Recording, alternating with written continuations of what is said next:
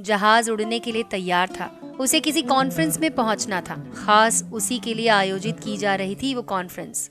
वो अपनी सीट पर बैठा और जहाज उड़ गया।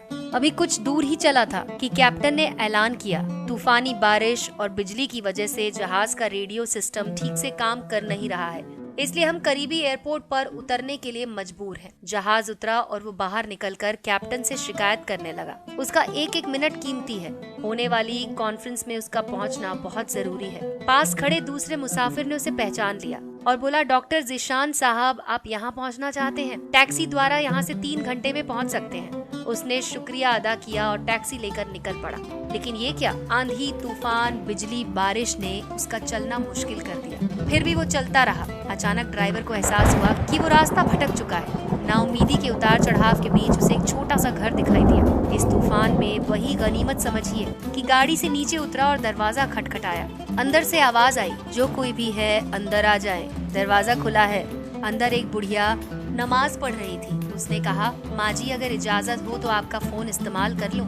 बुढ़िया मुस्कुराई और बोली, बेटा कौन सा फोन? यहाँ ना बिजली है ना फोन, लेकिन तुम बैठो, सामने चाय रखी है, प्याली में डालकर पी लो, थकान दूर हो जाएगी और खाने के लिए कुछ मिल जाएगा, खा लो, ताकि आगे का सफर कुछ आराम से कटे।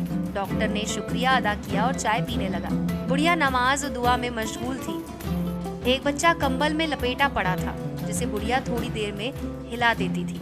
बुढ़िया जब फारिग हुई तो उसने कहा, माँ जी, आपके इखलाक और एहसान ने मुझ पर जादू कर दिया। आप मेरे लिए भी दुआ कीजिए। मुझे उम्मीद है कि आपकी दुआएं जरूर कबूल होंगी। बुढ़िया ने कहा, नहीं बेटा, ऐसी कोई बात नहीं। तुम राहगीर हो और राहगीर की खिदमत करने का हुक्म अल्लाह ने दिया है। मैंने तुम्हारे लिए भी दुआ की है। खुदा का शुक्र है, उसने मेरी हर दुआ सुनी है। बस एक दुआ की कबूलियत में शायद उसे ज्यादा समय लग रहा है। जब वो चाहेगा उसे भी कबूल कर लेगा। तब डॉक्टर ने पूछा, कौन सी दुआ? बुढ़िया ने बताया, ये जो बच्चा तुम्हारे सामने अधमरा पड़ा है, मेरा पोता है। ना इसकी माँ जिंदा है ना बाप। इस बुढ़ापे में इसकी जिम्मेदारी मुझ पर है। डॉक्टर कहते हैं इसे खतरनाक मर्ज है जिसका वो इलाज नहीं कर सकते।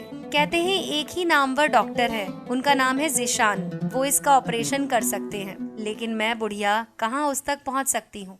जाऊँ भी तो पता नहीं वो देखने पर राजी हो या नहीं। अल्लाह से दुआ है कि मेरी मुश्किल आसान कर दे। डॉक्टर की आंखों से आंसुओं का सैलाब बहने लगा। वो भर्राई हुई आवाज में बोला, खुदा की कसम, आपकी दुआ ने हवाई जहाज को नीचे उतार दिया, आसमान पर बिजलियां कौंधवा दी, मुझे रास्ता भुलवा दिया ताकि मैं यहाँ तक आ जाऊँ। खुदा की कसम, मुझे यकीन ही नहीं हो रहा कि खुदा एक दुआ कबूल करके अपने बंदे के लिए इस तरह आसानी मुहैया करा सकता है। वो मुसब्बुल असबाब है। अल्लाह के बंदों, उसे लौ लगाकर तो देखो। जहाँ जाकर इंसान बेबस हो जाता है, वहाँ से उसकी खुदाई शुरू होती है।